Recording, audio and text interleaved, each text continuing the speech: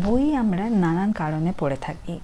তথ্য সম্পৃক্ত হওয়ার কারণে, চারিপাশের জগৎ সম্পর্কে কিছুক্ষণের জন্য হলেও নিষ্পৃহ হওয়ার তাগিদে, অথবা কেবলমাত্র অবসর যাপনের উদ্দেশ্যে।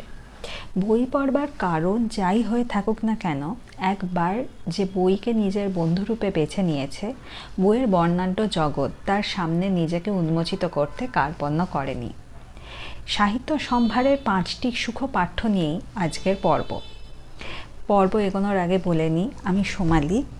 এই চ্যানেলের নাম বই চর্চায় সোমালি। আমি বই পড়তে এবং বই নিয়ে কথা বলতে, ছোট ছোট সৃষ্টিমূলক কাজের মধ্যে থাকতে ভালোবাসি। আপনারও যদি এই ধরনের বিষয়ের প্রতি ইন্টারেস্ট থাকে, তাহলে এই চ্যানেলটিকে সাবস্ক্রাইব করতে পারেন এবং আমার যাত্রাপথের সঙ্গী হতে পারেন।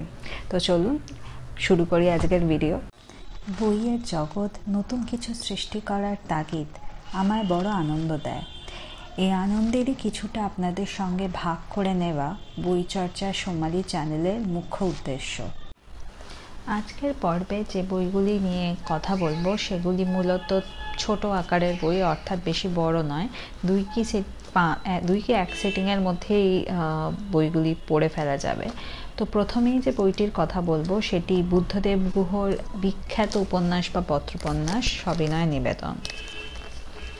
তো আমরা যারা বুদ্ধদেব গুহর গুণমুগ্ধ তারা জানি যে তার লেখায় অরণ্যমুখর জাঙ্গলিক পরিবেশের বর্ণনা অন্যতর মাত্রা পায়, এবং এই উপন্যাসও তার ব্যতিক্রম নয়। এছাড়াও চিঠি আদান প্রদানের মাধ্যমে দুটি আপাতদৃষ্টিতে বিপরীত মেরুর মানুষের একে অপরকে জানা চেনা এবং সেই সঙ্গে সঙ্গে নিজেদের নবরূপে আবিষ্কারের কথা শোনায় এই উপন্যাস। বুদ্ধদেব গুহের উপন্যাসে প্রাকৃতিক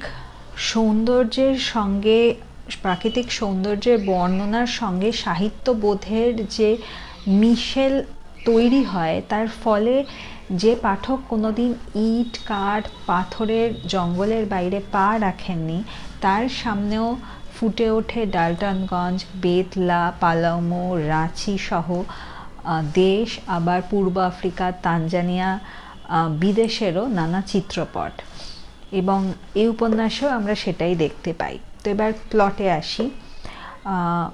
বালিগঞ্জ নিবাসী আপাত দৃষ্টিতে আদ্যন্ত শহুরে রীতির মন স্বাভাবিকভাবে কৃতজ্ঞতায় পূর্ণ হয়ে ওঠে যখন বেতলার জঙ্গুলে পরিবেশে রীতি ও সে সহ তাদের একটি দলকে বন্য হাতিদের কবল থেকে রক্ষা করে সেখানকার টাইগার প্রজেক্টে কর্মরত অফিসার রাজশ্রী বসু। রীতি কলকাতায় ফিরে এসে কৃতজ্ঞতা বশত রাজশ্রীকে ধন্যবাদ জ্ঞাপন করে একটি চিঠি লেখে। পত্র মিতালির হাত ধরে জন্ম নেয় এক গভীর এবং নিষ্কলুষ সম্পর্কে। মাত্র 3 মাসের বৈবাহিক জীবনে স্ত্রী বর্ণির দ্বারা প্রতারিত রাজশ্রী, যদিও বিচ্ছেদের পরও তার স্ত্রীর সাথে তার বোঝাপড়া ভালোই রয়েছে, তা সত্ত্বেও কোথাও প্রতারিত হওয়ার একটা যন্ত্রণা তো থাকেই। সচেতন পাঠক মাত্রই বুঝতে পারবেন। অন্যদিকে রীতির মন আঘাতপ্রাপ্ত হয় যখন তার বিশেষ বন্ধু বিদেশে গিয়ে নিজের শিকড়কে ভুলে যায়। তো এদের দুজনের মধ্যে, রাজশ্রী এবং রীতির মধ্যে, নিজেদের খুব বিশ্বস্ত জায়গা থেকে আঘাতপ্রাপ্ত হওয়ার কারণে পারস্পরিক যে সম্পর্কটা গড়ে ওঠে সেটা ভালোবাসা, প্রেমের থেকেও বড় হয়ে ওঠে সহমর্মিতা। পরবর্তীকালে আমরা দেখতে পাই যে চিঠি জাল ছিন্ন করে রীতি এবং রাজশ্রী একে অপরের মুখোমুখি হয়েছে উপন্যাসের প্রায় শেষের দিকে, এবং তাদের সম্পর্কের সমীকরণ কোথায় গিয়ে দাঁড়াবে সেটা জানতে তো এই বইটি পড়তেই হবে। কিন্তু আমি এই কথা বলতে পারি যে যদি রোম্যান্স ধর্মী মনোগ্রাহী উপন্যাস আপনার পছন্দ হয়ে থাকে, তাহলে সবিনয় নিবেদন আপনাকে নিরাশ করবে না। মানুষের আজন্ম লালিত স্বপ্নের সঙ্গে যদি এসে মিশে কোনো নতুন স্বপ্নের হাতছানি, সেক্ষেত্রে দুটি সম্ভাব্য বিষয় ঘটতে পারে। এক, মোহভঙ্গের পর মানুষ বুঝতে পারে যে যেটিকে সে আশার আলো ভেবে নিজের আজন্ম লালিত জীবনের উদ্দেশ্যকে অস্বীকার করেছে, নস্যাৎ করেছে, সেটি আসলে মরীচিকা ছাড়া আর কিছুই নয়। 2, নব উন্মেষিত এই স্বপ্নের সঙ্গে আজন্ম লালিত স্বপ্ন মিশে মানুষকে নিয়ে যেতে পারে সাফল্যের একটা নতুন উচ্চতায়, এবং সেখানে স্বপ্ন সত্যির সঙ্গে সঙ্গে সে খুঁজে পায় মনের মতো মন। সমরেশ মজুমদারের 6টি রোম্যান্টিক উপন্যাস, যেটি ডেজে থেকে প্রকাশিত হয়েছিল, সেখান থেকে এই উপন্যাসটি পড়েছি। এই উপন্যাসের নায়ক স্বপ্নাশিসের আজন্ম লালিত স্বপ্ন হলো ক্রিকেটার হিসেবে নিজেকে প্রতিষ্ঠিত করা। হরিমাধব তার ট্রেনিংয়ে সে নিজেকে তৈরি করার চেষ্টা করছে ক্রমাগত, বাবার তীক্ষ্ণ নজর এড়িয়ে। বাবা মোটেই তার ক্রিকেট খেলাকে পছন্দ করে না, যদিও দাদা দেবাশিস, যে নাকি ডাক্তার হতে চলেছে, সে ভাইয়ের এই স্বপ্নকে মনে মনে সমর্থন করে। জীবন একভাবে চলছিল। বাদ সাধল এক কন্যা। বন্ধু সুব্রতর পাল্লায় পড়ে খেপ খেলতে যায় স্বপ্নাশিস, এবং ট্রেনের কামরায় সে দেখে উপন্যাসের নায়িকা আহিরকে, এবং প্রথম দেখাতেই তার ভালো লাগে। এরপর আহির ও স্বপ্নাশিসের সম্পর্ক ধীরে ধীরে আলাপ থেকে ভালো লাগা এবং ভালোবাসায় পর্যবসিত হয়। কালক্রমে ঘটনা এগোয়, পাশাপাশি চলতে থাকে আহিরের কলেজ জীবন এবং স্বপ্নাশিসের ক্রিকেট ট্রেনিংয়ের জীবন। ঘটনা পরম্পরা এমন একটা জায়গায় এসে দাঁড়ায় যেখানে আহির বাধ্য হয় নিজের বাড়ি ছেড়ে বেরিয়ে আসতে, শুধুমাত্র স্বপ্নাশিসের ওপর ভরসা করে।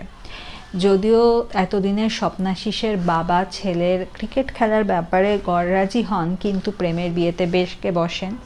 এই দুর্দিনে স্বপ্নাশিস ও আহিরের মুশকিল আসান হয়ে দাঁড়ান স্বপ্নাশিসের কোচ হরিমাধব দা এবং স্বপ্নাশিসের এক দূর সম্পর্কের মাসি। যখন মনে হয় আমাদের জীবনে যে সব কিছু ঠিক চলছে, তখনই কোথাও কোনো একটা এমন একটা কিছু ঘটনা ঘটে যাতে আমরা বুঝি যে না, আমরা যা ভাবছিলাম তা ভুল, এখনো সব কিছু ঠিক হয়নি। এই আহির ও স্বপ্নাশিস এদের জীবনেও তেমন কিছু ঘটে। দম্পতি হওয়া এই যুগলের জীবনে ঘনিয়ে ওঠে এক বিশাল বড় দুর্যোগ, যার ফলে আহির এবং স্বপ্নাশিসের সম্পর্ক একটা বিশাল বড় চ্যালেঞ্জের মুখোমুখি এসে দাঁড়ায়। তারা কি পারবে এই চ্যালেঞ্জকে অতিক্রম করতে?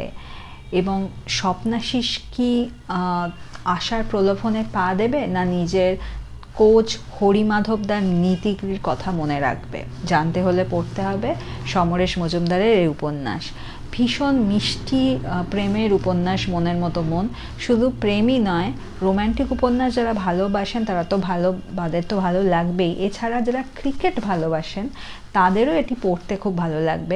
অনেক সময় কাঁচা ঘুম ভাঙলো, তবুও দেখবেন মেজাজ তিতকুটে হয় না। কেন বলুন তো? তার কারণ হয়তো আপনি সেই তন্দ্রাচ্ছন্ন অবস্থায় মিষ্টি কোনো স্বপ্ন দেখেছেন, যেটি আপনার ছেলেবেলার কথা বা ফেলে আসা দিনের কথা মনে করিয়ে দিয়েছে। হয়তো এমন স্বপ্ন আপনি আগে আরও বার দেখেছেন, কিন্তু তবুও একঘেয়েমি রেশ না এনে এই স্বপ্ন আপনার জীবনে আপনাকে একটা মিষ্টি দমকা হাওয়া দিয়ে গেল। ঠিক এমনই আমার মনে হয়েছিল সরঞ্জিৎ চক্রবর্তীর দোয়েল শাঁখো পড়ে। শৈশব থেকেই রিয়ানের সঙ্গে মনের সম্পর্কে আবদ্ধ রাজিতা, অথচ রিয়ান সেই সম্পর্ককে বা মনের টানকে তেমন একটা আমল দেয় না। কৈশোরে ঘটে যাওয়া পারিবারিক বিপর্যয় রিয়ানকে কোনো রকম নতুন সম্পর্কে জড়াতেই বাধা দেয়। সে পালাতে চায় নিজের শহর থেকে, নিজের বর্তমান জীবন থেকে, সর্বোপরি নিজের অতীত থেকে। রিয়ান চলে যায় 7 সমুদ্র 13 নদীর পাড়ে। দূর সম্পর্কের আত্মীয়া পাড়ার গল্প বুড়ির গল্পে, রূপকথার গল্পে রাজিতা নায়িকা হলেও নায়ক হিসেবে কখনো রিয়ানের উল্লেখ ঘটেনি। শেষ পর্যন্ত নিজের মনের সমস্ত টানাপোড়েনকে একপাশে সরিয়ে রেখে রিয়ান কি পারবে রাজিতার জীবনের নায়ক হয়ে উঠতে?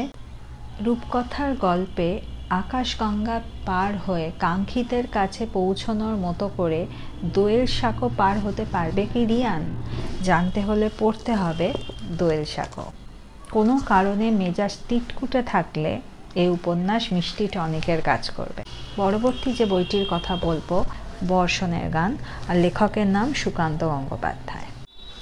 মানুষের অসাধ্য কিছুই নেই, প্রয়োজন শুধু সদিচ্ছার। প্রথম জীবনের নাটকের দল নিয়ে ব্যস্ত থাকা, 10টা 5টার চাকরিতে অসময়ে ইস্তফা দেওয়া বাসব শুধুমাত্র নিজের সদিচ্ছা ও কর্মক্ষমতায় অনুর্বর পাথুরে জমিতে ঘটিয়ে ফেলে সবুজের সমারোহ, গড়ে তোলে তার স্বাদের পলাশবন।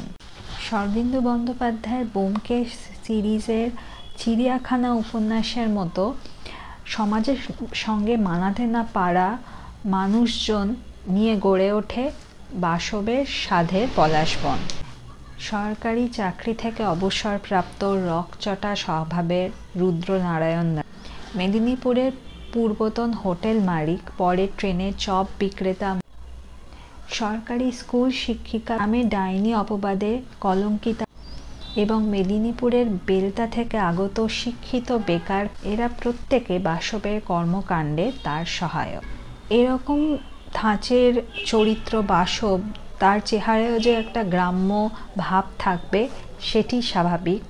তো এই হেন একজনকে নিজের অভিজাত ড্রয়িং রুমে বসে থাকতে দেখে স্বাভাবিকভাবেই প্রচণ্ড অবাক হয় বছর 23-এর সদ্য মাস্টার্স দেওয়া ঝুমি।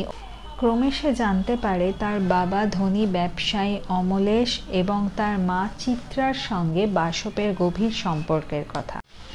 প্রথমে ভুল বোঝাবুঝি এবং পরে বাসবের সঙ্গে নিজেদের পরিবারের যথার্থ সম্পর্ক জানার পর ঝুমির চোখের সামনে থেকে যেন একটা অন্ধকার পর্দা সরে যায় এবং সে স্বেচ্ছায় নিজেকে উজাড় করে দিতে চায় বাসবের এই কর্মকাণ্ডে। ব্যক্তিগতভাবে সুকান্ত গঙ্গোপাধ্যায়ের লেখা আমার খুব ভালো লাগে। আমি ওনার অনেক উপন্যাস পড়েছি।